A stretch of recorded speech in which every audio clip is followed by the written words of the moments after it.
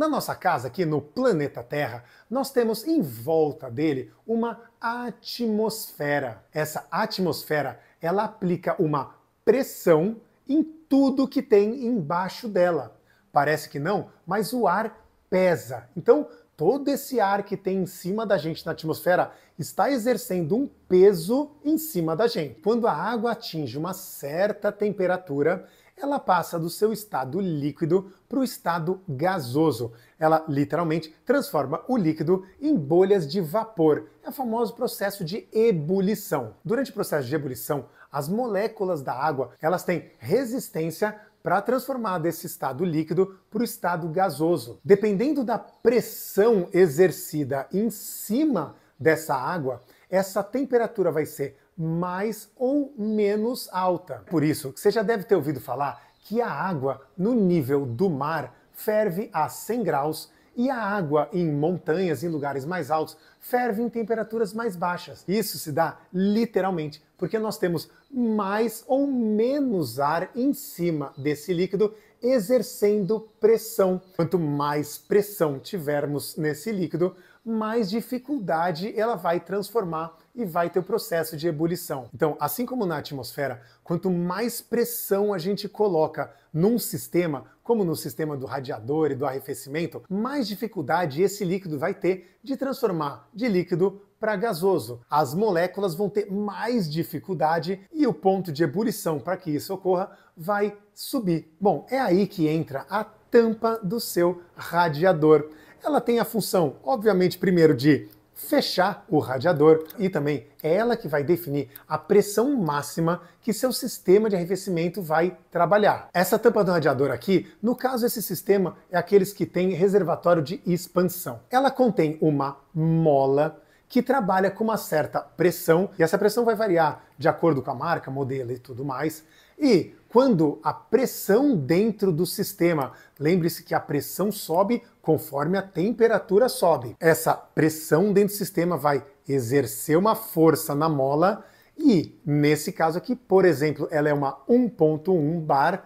Quando ultrapassar essa pressão, essa mola vai ceder, liberando fluido para dentro do reservatório e, quando a pressão do sistema diminuir, ela vai puxar de volta para o sistema. Cada tampa do radiador de cada modelo de carro vai ter uma pressão certa de trabalho. As medidas mais comuns mostradas são em bar, por exemplo, essa aqui do Honda, que é 1.1 bar, ou em libras PSI. Por exemplo, essa aqui, ó, 13 libras PSI. Bom, cada modelo de carro usa uma unidade medida, mas, obviamente, essas medidas são equivalentes. Por exemplo, uma tampa de Honda que é 1.1 bar de pressão, ela é equivalente a uma tampa de 16 PSI. Uma tampa 0,9 é equivalente a uma 13 PSI e assim por diante. Então imagina a importância de uma tampa do radiador que ela é responsável por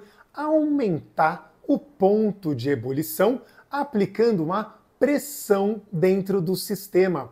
Imagina se a gente não tivesse uma tampa do radiador, a água, se ela tivesse pura na altura do mar, ela ia ferver a 100 graus. A gente colocando pressão no sistema, as moléculas de água vão ter mais dificuldade para se transformar de líquido para gasoso e o ponto de ebulição do seu carro vai subir. E lembrando que a tampa do radiador trabalha em conjunto com um líquido de arrefecimento de qualidade, tá? Um não anula o outro. Pelo contrário, o líquido de arrefecimento ele se soma com uma tampa do radiador. Se você colocar um líquido de arrefecimento com monoetilenoglicol, ele vai aumentar o ponto de ebulição e você pode somar esse ponto de ebulição com a quantidade de temperatura que a tampa vai elevar esse sistema, aplicando pressão, assim como uma panela de pressão que você cozinha a sua comida muito mais rápido, porque a água, se você colocasse numa panela aberta e um frango lá dentro, ela ia ferver e o frango ia demorar muito.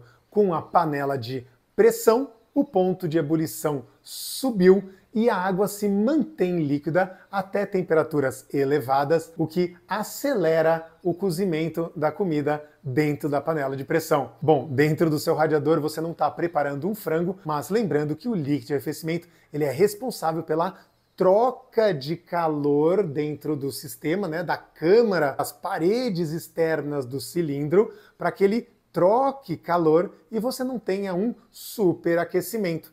Se sua água ferver, as bolhas de ar vão ficar em contato lá, e lembrando que bolha de ar não troca calor e você vai ter um superaquecimento do sistema. Então é muito importante que seu sistema se mantenha líquido por uma temperatura mais alta para continuar fazendo essa troca de calor do seu motor. Bom, no próximo vídeo sobre tampa do radiador, nós vamos mais a fundo sobre esse número, o que ele significa e, na prática, quanto isso vai variar de temperatura no seu sistema, se a gente pode trocar a tampa do radiador, como funciona 1.1, 1.3 e tudo mais, mas isso fica para o próximo vídeo sobre tampa do radiador, tá bom?